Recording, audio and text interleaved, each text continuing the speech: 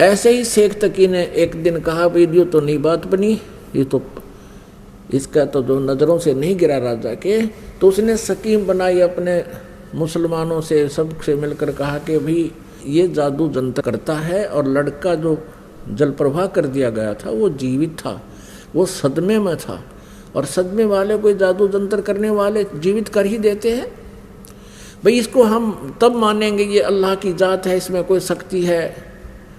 मेरी पुत्री जो कब्र में दबा रखी है, शेख तकी पीर की पुत्री, कुछ दिन मरे हो गए थे उसको, और वो कब्र में दबा रखी थी, महीने या 20 दिन या जीते 2 महीने की 6 महीने की थी। और कहने लगा जब जानो मैं इसको मेरी बेटी को जीवित करके दिखा दे। फिर वही समस्या पैदा करती। सिकंदर लोधी फिर टेंशन में। कबीर परमेश्वर ने कहा कि टेंशन ना करो राजन, कह दो इसको, शेख तकी को कह दो कि मुनादी करवा दे, आसपास अनाउंसमेंट करवा दे कि आज से तीसरे दिन वो लड़की जीवित की जाएगी जो कब्र में दबी हुई। सब जगह डंडोरा मुनिवाद करवा दी, डंडोरा पटवा दिया, मुनादी करवा दी, अनाउंसमेंट करवा दी। कई हजार व्यक्ति आकर इकट्ठे हो गए उस निश्चित दिन को। कब्र फुड़वा दी, बच्चे का शरीर सूखा पड़ा था। अब परमात्मा ने कहा कि शेख तकी तू भी कर ले ट्राई कर दे, फिर बाद में यूँ कह मैं जीवित कर दूँ।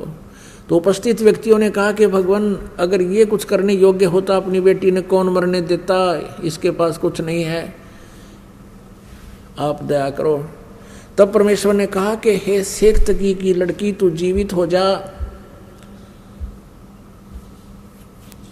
वो जीवित नहीं हुई। दोबारा फिर कहा परमात्मा ने कि शेख तकी की लड़की जीवित हो जा, नहीं हुई। तीसरी बार फिर कहा, नहीं जीवित हुई। अब शेख तकी ने बंगड़ा पा दिया, नाचर कूद, क्या देखा, ढोंगी का ढोंग पकड़ा गया। अब कर देना जीवित, अब कर देना जीवित। अब उस शेख तकी पाप आत्मा को अपनी पुत्री के जीवित न होने का गम नहीं था, और परमात्मा की पराजय की खुशी मना रहा था। कहते हैं राज तजना सहज है, सहज तरिया का ने, और ये मान बढ़ाई ईर्षा दुर्लभ तजनाई। और ये तजे बिना भगवान नहीं मिल सकता।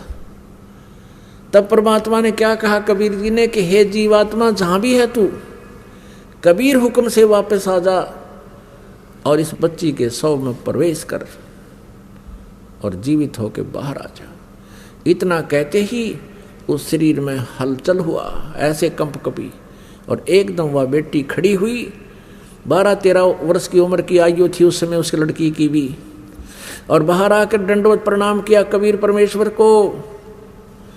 सबने कहा कमाल कर दिया भगवान, कमाल कर दिया। कोई 1000 व्यक्ति इकट्ठे थे, देख रहे थे इस दृश्य को। कमाल कर दिया, कमाल कर दिया। लड़की का नाम कमाली रख दिया, अपनी बेटी के रूप में अपने पास रखा। अब कबीर परमेश्वर जी ने कहा कि जा बेटी अपने पिता शेख तकी के साथ। तब लड़की ने 1.5 घंटा तक प्रवचन किए कि मेरा और शेख तकी जी का जितना संबंध था पुत्री और पिता का, वो समाप्त हो चुका था। मेरी आयु मनुष्य की शेष नहीं थी अब। उस लड़की ने कहा कि हे श्रोताओं, ये पूर्ण परमात्मा है, ये कबीर अल्लाह है, ये अल्लाहु अकबर हैं, ये स्वयं उतरे हैं।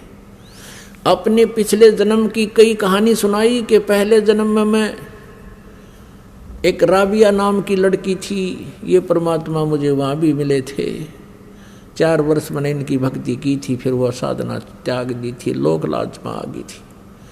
उसके कारण मुझे फिर एक और मनुष्य जीवन मिला बंसुरी का, और तीसरा जन्म मुझे आज ये कमाली का मिला था। ये भी मेरा उस भक्ति के, उस 4 साल की भक्ति जो मैंने की थी, उसके कारण ये 2-1.5 मेरे अनमोल जन्म मुझे मिले थे। और अब मेरी कोई शेष जीवन नहीं था। ये पूर्ण परमात्मा आए हैं। मैंने भी गलती की थी लोगों, अब मैं बोलूँगी नहीं इस भगवान को। इन्होंने मेरी दिव्य दृष्टि खोल दी है और मुझे पिछला ज्ञान हो गया है। उसके बाद वो लड़की ने धिक्कार दिया शेख तकी को कि तू मनुष्य नहीं शैतान है। भगवान आए हैं तो ईर्षा कर रहा है। वो कहता है इसने मेरी लड़की को बहका लिया, जद्दू जंत्र कर दिया, इस पर कोई प्रेत छोड़ दिया, इसकी ओर ही बोल रही है। माना नहीं वो नालायक। लेकिन अन्य हजारों, कोई हजारों की संख्या में उपस्थित व्यक्तियों ने परमात्मा की जय जयकार की और नाम लिया, उपदेश लिया और शिष्य बन गए। अपनात्मा परमात्मा की परिभाषा को समझने के लिए बहुत से प्रमाण आपको देने पड़ेंगे और तभी हम भगवान को पहचान सकेंगे। जब तक हम भगवान को नहीं पहचानेंगे, परमेश्वर को, हम अपना कल्याण नहीं करवा पाएंगे, क्योंकि हमें कोई ना कोई भ्रमित कर ही देता है। काल का दूत कोई ना कोई ऐसी स्टोरी सुना देगा जिससे आपको विचलित कर देगा। लेकिन इन प्रमाणों से आप विचलित नहीं हो सकते। अब ये कमाल और कमाली बेटा और बेटी के रूप में परमात्मा के पास रहे।